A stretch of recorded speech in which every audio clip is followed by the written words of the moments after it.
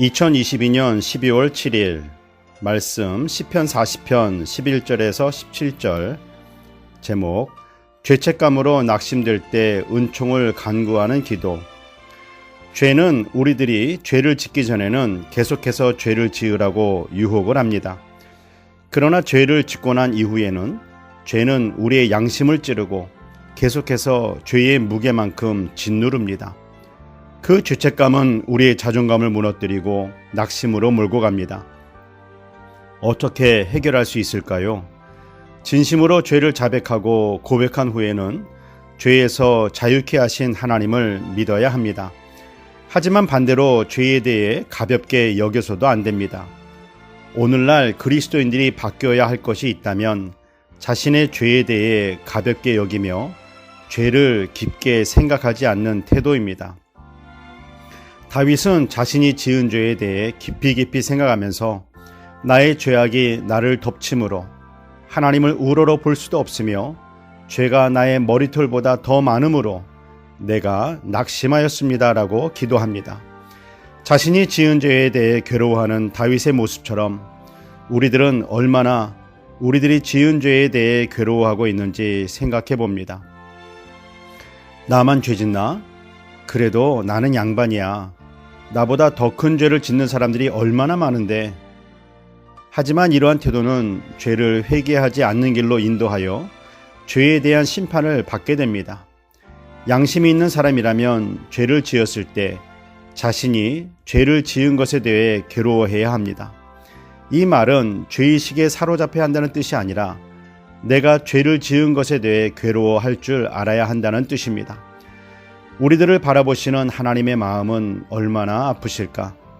우리 주변의 사람들이 나의 죄로 인해 받는 아픔들에 대해 또한 우리들이 지은 죄에 대해 얼마나 괴로워하고 있는가를 생각해 보면 양심에 화인 맞은 자와 같이 감각이 둔화되어 서로 미워하고 말씀 앞에 불순종하고 하나님의 영광을 가리워도 그렇게 괴로워하지 않습니다. 다윗은 자신이 지은 죄가 너무 많다고 고백하면서 하나님, 은혜를 베푸사 나를 구원하여 달라고 기도합니다. 하나님의 은혜가 반드시 필요함은 우리들이 지은 죄에 대해 우리들의 어떠한 노력으로도 그 죄를 씻을 길이 없기 때문입니다. 오직 은혜 외에는 용서받을 길이 없습니다. 다윗은 그것을 알기 때문에 죄사함의 은혜를 구한 것입니다. 자신의 죄에 대해 깊이 생각하는 사람만이 다른 사람의 죄를 용서해 줄 수 있게 됩니다. 나도 죄인이구나. 여전히 시험에 넘어지고 유혹에 넘어가는 죄인이구나를 깨달았을 때 다른 사람의 죄에 대해 죄는 미워하지만 죄인에 대한 긍휼한 마음이 생겨나게 됩니다.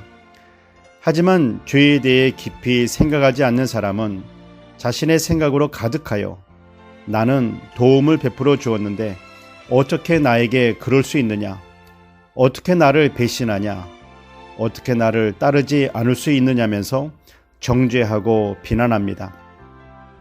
이러한 마음으로 상대방을 용서할 수 있을까요? 우리들이 살아가면서 평안을 누리지 못함은 내 속에 있는 죄의 열매들 때문입니다. 가슴을 찢는 회개 뒤에야 주님이 주시는 참된 평안을 누릴 수 있습니다. 영으로든 육신적으로든 가난하고 궁핍할 때에라도 우리를 생각하시는 주님을 바라보아야 합니다. 하나님의 도우심을 구하면 우리를 구원하시는 하나님의 능력과 하나님의 따뜻한 사랑의 마음을 경험하게 됩니다. 어떻게 하면 다윗처럼 하나님의 크신 은혜와 하나님의 위대하심을 찬양할 수 있을까요? 우리를 도우시는 하나님을 경험할 때입니다. 기도하겠습니다.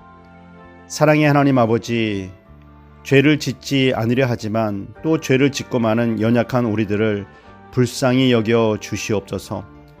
우리의 연약함을 돌아보면서 다른 사람들의 연약함에 대한 긍휼한 마음도 품게 하셔서 서로 이해하고 용서하면서 살아가게 하옵소서.